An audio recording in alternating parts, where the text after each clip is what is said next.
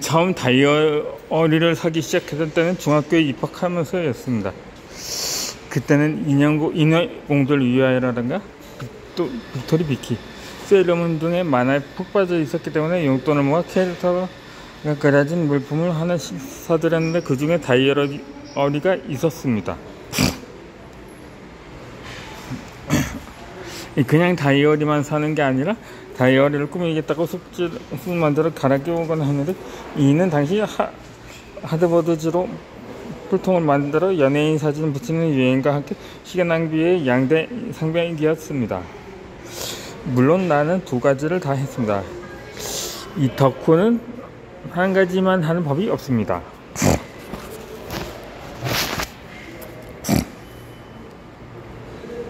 이 갖고 노는 줄만 알았던 다이어리가 효과를 발휘한 것은 고등학교 때였습니다. 중학생 때 사놓은 다이어리가 있으니 일단 뭐라도 써보자 싶어서 계획을 적어보는 습관이 생겼던 것입니다. 당시 우리 집은 공부하기에 썩 좋은 환경은 아니었습니다. IF 사태라 아버지의 사업이 몇 차례 부자가 나면서 가세가 기울어 있었습니다. 이주가 졸아드는 반지의 월급 수봉해서 나는 가끔 굶고 자주 서러웠습니다.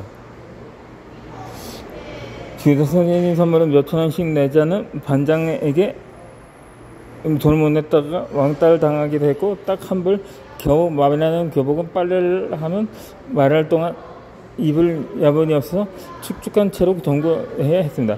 빗장이를 피해서 옥상에 숨어 있다가 집에 들어가기도 했고, 전기가 끊겨 촛불 켜고 지내던 날도 있었습니다.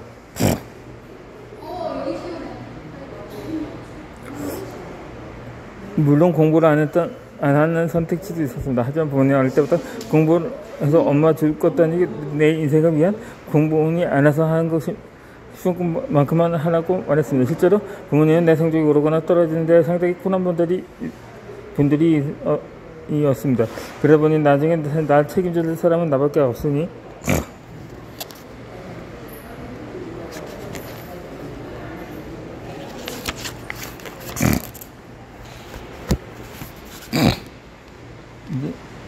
공부를 안 하면 큰일이 나겠다는 생각이 머릿속에 박혔습니다.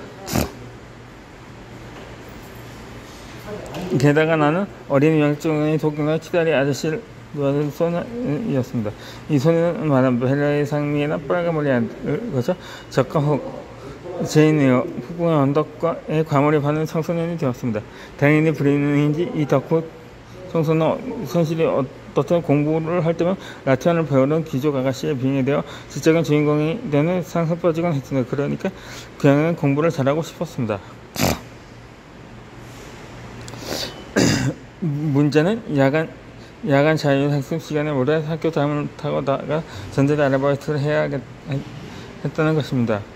3시간 정도 피자집 전자레인지를 집중해서 2,000에서 3,000원을 받는데 그게 나와 동생들의 동물급식 되었습니다. 학원이나 독서실을 다니는 상품은 당연히 안 되는데 가도록 할수 있는 공부 시간마다 부족했습니다. 게다가 나는 마이스 보고 답판을 거니는 시간은 절대 양보할 수가 없었다. 이것을 쓸데없이 바쁘더니 공부를 하려면 얼마 안 되는 시간을 자유를 써야 했습니다. 그때부터 다이어트가 약간 힘이 되었습니다. 학창시절 공부 습관을 잡아둔 다이어리입니다. 나는 교수의 문제집을 받았었는데 수업 참고자료를 출판사가 제공한 시험 지정에 남는 것을 선생님이 챙겨주면서 스트레스를 사용했습니다. 내가 다이어리를 공부하려는 방법은 이렇습니다.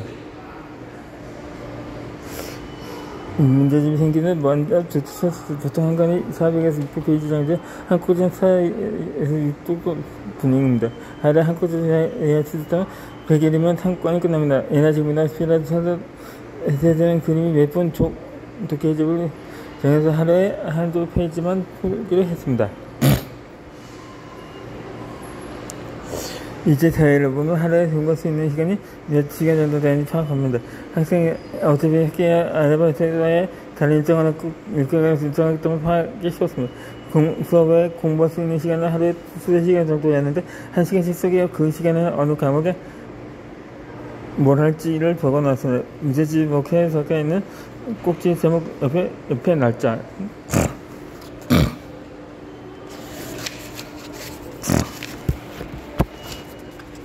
일단 적어놓고 반대로 다이어리에 해당 날짜에 그 국제 제목을 적어 놓습니다.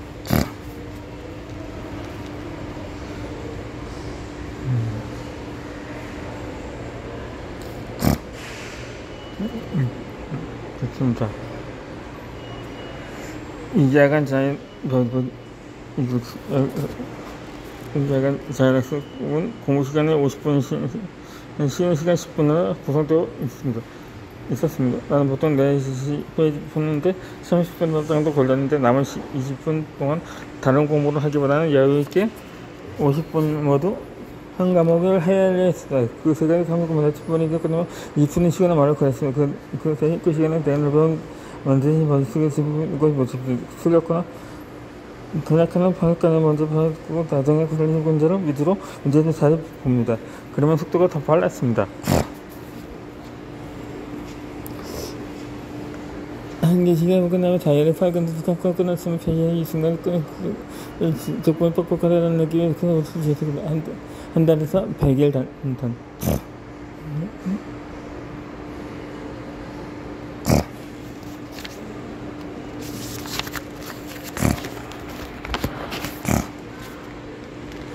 단위로 이렇게 나누면 하나로 신경 쓸 것이 없이 다이어를 분석 시간대로 생활을 하면 되었습니다.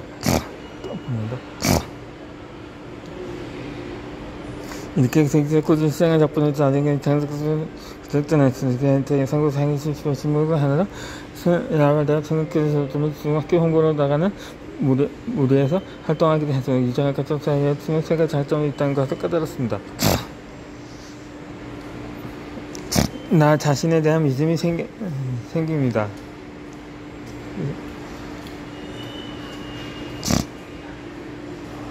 첫 번째는 불안함이 없어진다는 점입니다. 가끔 나 자신에 대해 의심이 들 수가 있습니다. 수험생이 이 정도만 공부해서 되는 걸까? 그러면 공부하다가 콧불 떴던데 내가 열심히 안 한 것인가? 아니면 내가 꼭 손든 것인가? 그런 생각이 들어도 불안해서 밤새 날은 없습니다. 그래서 꼭 공부를 안 하는 날도 없습니다. 하루하루 부담없이 하루 정해진 분장을 특별히 하니까 100일 뒤에는 반드시 한 것이 끝난다는 것을 알고 있기 때문입니다.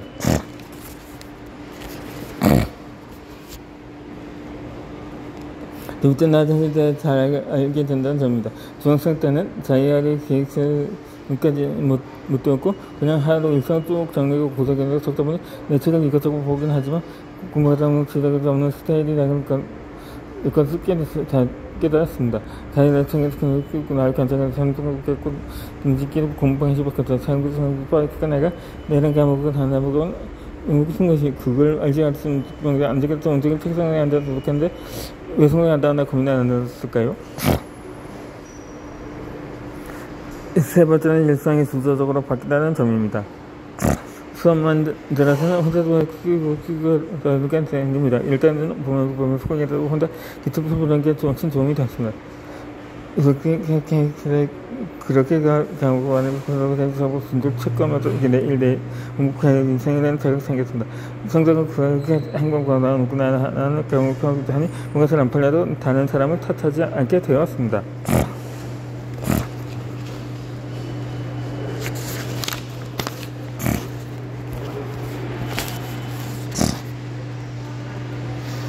작은 장식은 하루의 마무리를 한다는 것입니다. 학창시절 했던 전자레렉에서 피자집 사장이 지도로 구역을 정해주면 가서 돌리고 오는 길입니다. 주로 아파트 단지 전에 집안 현재 테이프를 던져 붙입니다. 양의 자율학습 시간이 빠져나와 전자레렉 돈을 돌린 지 전부하다 학교로 돌아가면 되었습니다. 이 전단지 아르바이트는 현금수 수인들은 안 했습니다. 한 번은 학교가 넘다가 그 친구가 찢었습니다. 어쩔 수 비워서 좁도까지 입었습니다. 저는 더워서 뛰지 못하고 목이 말라 힘들었지만 사실은 겨울이 더 문제였습니다. 장갑을 끼면 테이프가 붙이기 어려워서 맨손으로 돌려야 했는데 추위를 잘 타는 내 손가락은 주황색이 되거나 까맣게 반응이 일수였습니다. 어느 날 전도사 전자직 바람에 1층에 떨어져서 경비 아가씨가 거는 바람에 키고 붙어놓은 전대들을 도로 다 뛰어야 했습니다.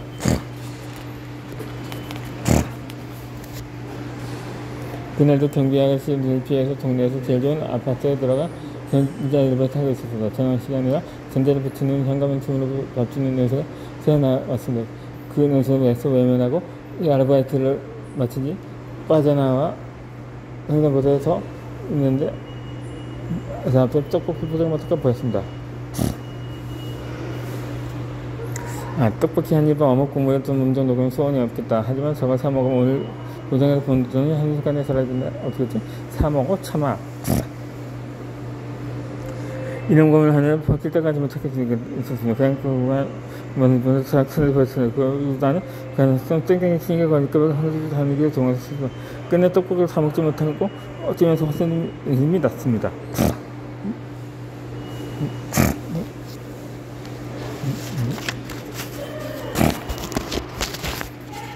이런 순간에 손은 속이 되겠지라고 생각해서 정말 시간도 그리나 잊혀지지 않습니다.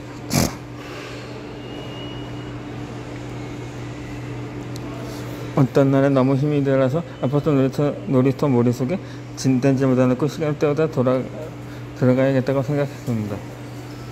그런데 막상 갈 데가 없었습니다. 결국 잠깐 집에 들어간다. 예상치 못한 시간에 집에 온 것을 이해하는 어머에게 자초지 것을 전할 수밖에 없었습니다. 어머는 크게 화내면서 딸 다시 쫓아냈습니다. 그렇게 거짓말로 남의 돈 받는 거 아니라면 말입니다.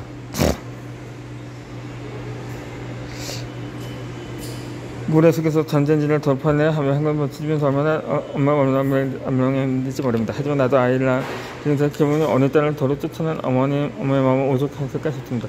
그래도 그때도 부모님 막나도 물론이고 길에 다니며 무료 정보자에 꺼낸 새벽 5일에도 가리지 않고 일을 했습니다.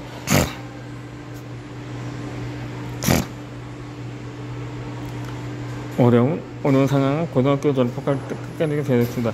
수능 보는데 직원들 3년의 시간에 원서비가 없어 아무 대학도 지원을 못하고 있었습니다. 어느 날 담임 선생님이 교무실로 불러 반에서 5동 안에 든 애들 중에 원서 안 넣고 있는 애는 나밖에 없다고 말씀하셨습니다. 그러면서 홍보 원서 하나가 무료로 들어왔으니 가져가서 물어보러 했어. 그날이 찍었던 곳에 바로 측정시켜서 무사히 입학했었어. 오랫동안 선생님 말을 초초까지 믿었는데 지금 생각해보면 그게 정말 무료 원서였을까 싶습니다.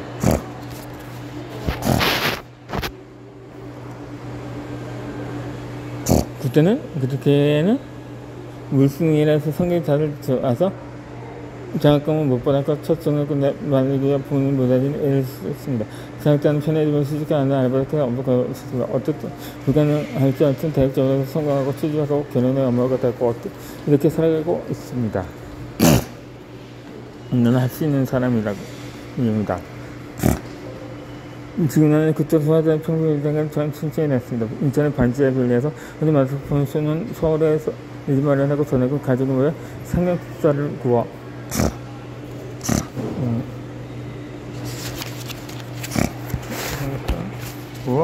먹고 최근서도 받은 인사에도 주말마다 뮤직볼을 보러 다니고 있습니다.